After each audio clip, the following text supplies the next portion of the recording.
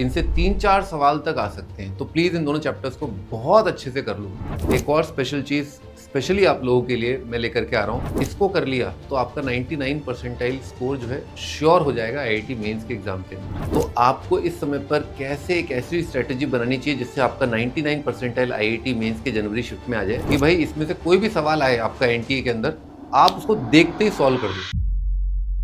अक्टूबर करीब आधा फिनिश हो चुका है, आईआईटी मेंस जनवरी शिफ्ट के अंदर केवल 90 डेज रह गए। ऐसे में आपके ऊपर बोर्ड्स का भी प्रेशर आने वाला है, प्री बोर्ड्स का भी प्रेशर आने वाला है। हमें इस रिमेनिंग 90 डेज के अंदर क्या करना चाहिए? क्या यहाँ पर प्रैक्टिकली पॉसिबल है कि आप आईआईटी मेंस का पूरा सिलेबस लेके बैठ जाएं और उसे रिवाइज करें?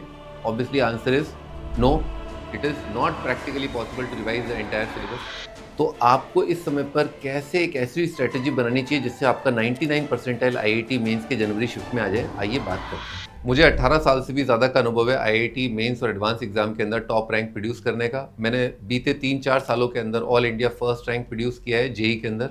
मैं आपको बताऊंगा यहाँ पर कि अब आपके लिए बेस्ट रास्ता क्या होगा। एंड ये जो समय है बच्चों, इस समय पर हमेशा मैंने एस्पिरेंट्स को बोला है कि आपको ये देखना है कि एनटीए के दिमाग में क्या चल रहा है, आपको एग्जामिनर के दिमाग में घुसना है। तो एनटीए के कुछ फेवरेट चैप्टर्स, कुछ हाई वेटेज चैप्टर्स रहे हमेशा से, जिनसे वो मेजॉरिटी ऑफ पेपर पूछेगा।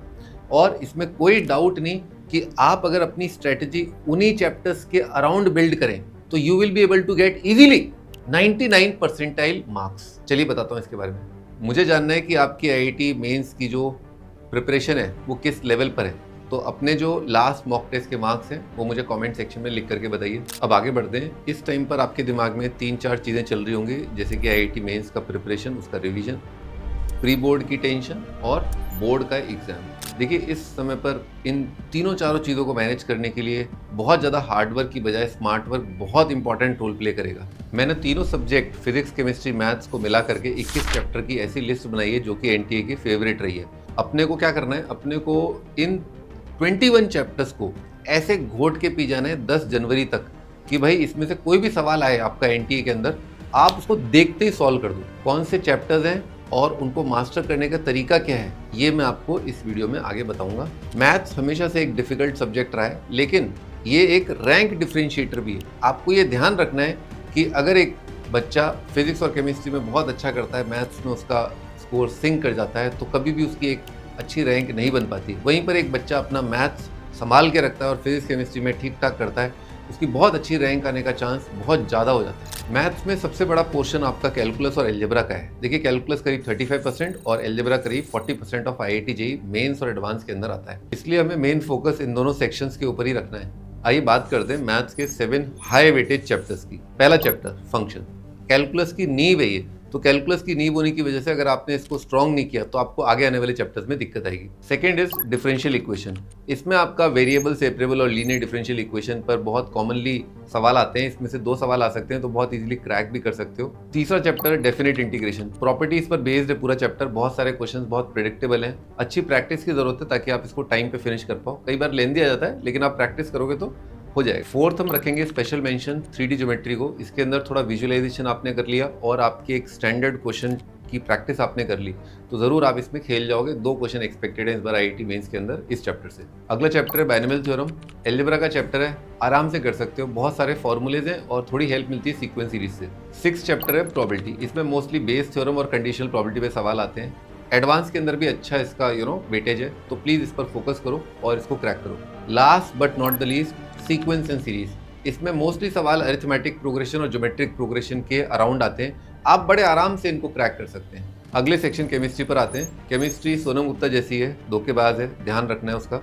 फिजिकल केमिस्ट्री और इनऑर्गेनिक केमिस्ट्री के इजी टू मॉडरेट क्वेश्चंस आते हैं, लेकिन ऑर्गेनिक केमिस्ट्री के अंदर रिएक्शन मैकेनिज्म वाले जो क्वेश्चंस हैं वो दिमाग हिलाते हैं। अच्छी चीज़ ये है कि ऑर्गेनिक, इनऑर्गेनिक, फिजिकल तीनों का वेटेज ऑलमोस्ट सेम है। कुछ वेरिएशंस देखने को मिलते हैं क्योंकि आईआईटी मेंस इतने सारे एग्जाम कंडक्ट करता है, तो थोड़ा बहुत ऊपर नीचे हो जाता है। जीओसी जनरल ऑर्गेनिक केमिस्ट्री, ये ऑर्गेनिक केमिस्ट्री का रिमोट कंट्रोल है, इसके बिना आप एक कदम भी आगे नहीं बढ़ सकते। आपके most of the questions acidity, basicity और इलेक्ट्रॉनिक इफेक्ट के ऊपर होंगे, तो इनको बहुत अच्छे से कर लेना। इसको टाइम देना है और यहाँ से डायरेक्ट क्वेश्चन आ जाते हैं। सेकेंड चैप्टर है हाइड्रोकार्बन। इसमें अगर अपन रिएक्शन मैकेनिज्म समझ गए तो इसके सवाल आसानी से हो जाते हैं। थर्ड चैप्टर है कोऑर्डिनेशन कंपाउंड। इसमें 1-2 क्वेश्चन तो फिक्स आते हैं। एनसीईआरटी की एक लाइन आपने कर ली तो इसमें आपका स्कोर पक्का हो जाता है। फोर्थ पे आपका इलेक्ट्रोकेमिस्ट्री एंड थर्मोडायनेमिक्स। ये फिजिकल केमिस्ट्री के दो पिलर्स हैं, इनसे 3-4 सवाल तक आ सकते हैं, तो प्लीज़ इन दोनों चैप्टर्स को बहुत अच्छे से कर लो। Fifth chapter is chemical kinetics. इसमें मेजॉरिटी फर्स्ट ऑर्डर रिएक्शन पे ही क्वेश्चन आते हैं, तो थोड़ा ग्राफ पे फोकस करना। Six chapter is mole concept, या यूँ कहें कि बेसिक्स ऑफ फिजिकल केमिस्ट्री। देखो, इस चैप्टर को अगर अभी आपने स्ट्रॉन्ग नहीं कर रखा है ना, तो आने वाले 90 डेज में इसको ठीक ठाक कर लो, क्योंकि ये आपके ना फंडामेंटल्स को करेक्ट करता रहेगा। फिजिकल केमिस्ट्री में कहीं गलती नहीं करोगे। Okay. Seventh is DNF block. देखो, इसमें काफ़ी चीज़ें याद करने की है, लेकिन आप ट्रेंड्स और एक्सेप्शंस पर अगर फोकस करो तो आप इस पर अच्छा कमांड कर लोगे। अगला सेक्शन है हमारा फिजिक्स। अभी रिसेंटली अगर ट्रेंड को पकड़ें तो सबसे आसान और स्कोरिंग सेक्शन जो है वो फिजिक्स है। मेरा तो ये ऑल टाइम फेवरेट है ही, आपको पता ही होगा। I am BTech from IIT Delhi in engineering physics department, तो मेरा तो फिजिक्स हमेशा से फेवरेट सब्जेक्ट रहा था जब मैं IIT की प्रिपरेशन कर रहा था। आइए इसके बारे में बात करते हैं। फिजिक्स में देखो, सबसे ज़्यादा क्वेश्चंस जो आने वाले हैं ना, वो आपके दो बड़े सेक्शंस हैं, यानी कि इलेक्ट्रोमैग्नेटिज्म और मैकेनिक्स आने वाले हैं। यहाँ से आपका पेपर का 60% के अराउंड आपका क्वेश्चंस आने वाला है। आइए बात करते हैं फिजिक्स के 7 मोस्ट इंपॉर्टेंट चैप्टर्स की। पहला चैप्टर इलेक्ट्रोस्टैट्स। ये आपका 12th का पहला चैप्टर होता है। इसमें आपको पोटेंशियल, फ्लक्स और गॉस लॉ पे अच्छा कमांड होना चाहिए। बच्चों, सेकंड चैप्टर है रे ऑप्टिक्स। देखो, क्लास 10 से आप ये पढ़ते आ रहे हो। इसमें आपका मिरर फार्मूला, लेंस फार्मूला और टेलीस्कोप आपको याद रखना है, और यहाँ से बड़े आराम से आप स्कोर कर सकते हैं। थर्ड चैप्टर है रोटेशनल मोशन। देखो, थोड़ा टफ चैप्टर है, लेकिन इसमें वेटेज इतना ज़्यादा है कि इसको इग्नोर नहीं कर सकते। एक क्वेश्चन तो मोमेंट ऑफ इनर्शिया से ही आ जाता है। Fourth chapter units and dimensions, इसको इग्नोर नहीं कर सकते। इजी मार्क्स होते हैं, बड़े आराम से, लो हैंगिंग फ्रूट टाइप से पकड़ लो बस, ठीक है। तो प्लीज़ इग्नोर मत करना, भले ही लास्ट में पढ़ना पड़ जाए, लेकिन इग्नोर मत करना। Fifth chapter thermodynamics. देखो, इस चैप्टर की इंपॉर्टेंस ये है कि फिजिक्स और केमिस्ट्री दोनों में है, तो आपको इसको समझना ही होगा।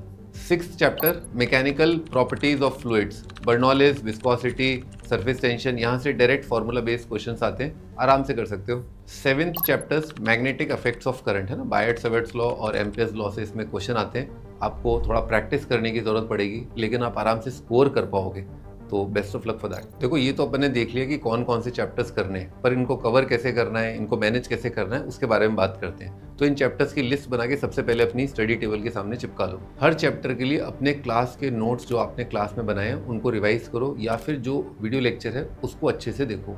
इसके तुरंत बाद आप पिछले 5 साल के PYQs लगा लो।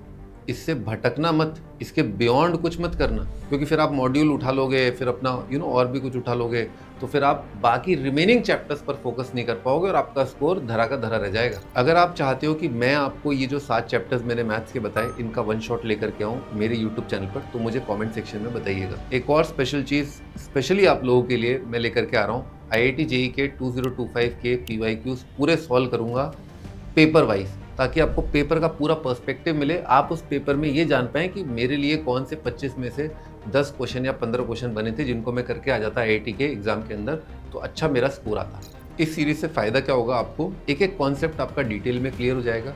IIT मेंस में किस तरह से क्वेश्चन को फ्रेम किया जाता है, कंपाइल किया जाता है, वो लैंग्वेज आपकी बिल्कुल क्रिस्टल क्लियर होगी। You will be very well already prepared कि IIT मेंस में मैं ये एक्सपेक्ट करने वाला हूँ। क्वेश्चन को अप्रोच करना आ जाएगा, और साथ ही साथ आपका बहुत तगड़ा रिवीजन भी हो जाएगा। बच्चों, मेक श्योर कि आप इस YouTube चैनल को सब्सक्राइब कर लें और वो बेल आइकन उसको प्रेस कर लें, ताकि जब ये वीडियोस आएँ तो आपको नोटिफिकेशन आ जाए। फाइनली मैं आपको 3 और चीज़ें बता रहा हूँ, इसको कर लिया तो आपका 99 परसेंटाइल स्कोर जो है श्योर हो जाएगा IIT मेंस के एग्जाम के अंदर। फर्स्ट पॉइंट ये है कि मॉक टेस्ट देना ज़रूर स्टार्ट कर देना फुल लेंथ नवंबर से, नहीं तो एग्ज़ाम जो है बहुत पास आ रहा है, डिले हो जाएगा।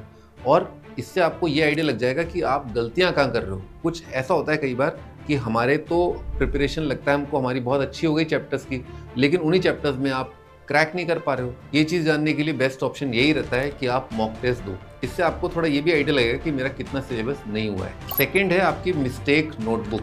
देखिए, अब ये बहुत ही ज़्यादा इंपॉर्टेंट हो गया आपका कि मॉक टेस्ट को एनालाइज करने के बाद आपको ये पता होना चाहिए कि आपकी सिली मिस्टेक कहाँ हो रही है, या कोई ऐसा क्वेश्चन जिसमें आपने पार्शली क्रैक कर लिया पर क्वेश्चन के 4 नंबर आपके खाते में नहीं आए।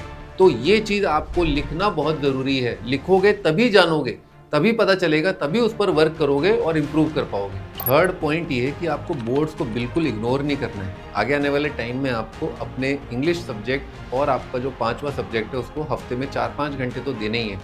आंसर राइटिंग की बहुत ही बेहतरीन प्रैक्टिस करनी है। सीबीएसई के सैंपल पेपर्स को अच्छे से जा करके देखो, स्टेप मार्किंग को समझो और आंसर को कैसे हाईलाइट करना है इस चीज़ पर ध्यान दो। फाइनली बच्चों, आपको ध्यान रखना है कि आईआईटी मेंस का जो एग्ज़ाम है वो स्पीड और एक्यूरेसी का गेम है, तो ये स्ट्रेटजी आपको दोनों टैकल करना बता रही है। बच्चों, we have entered the end game now. मैंने आज तक अपने 18 साल के करियर में कभी ऐसा नहीं देखा कि एक टॉप रैंकर बच्चा हो और लास्ट के 90 डेज में सीरियस ना हो। तो प्लीज़ अपनी जान झोंक दो इसके अंदर। अगले 90 डेज में ऐसा कुछ करो कि आपको अपने ऊपर गर्व हो, आपके फैमिली मेम्बर्स को आपके ऊपर गर्व हो कि यार भाई ये क्या पागल हो गया है क्या। ठीक है, तो इस तरह से मेहनत करो कि बिल्कुल मतलब फोड़ा फाड़ी करके आए अपन एग्जाम के अंदर। Best of luck, bye bye.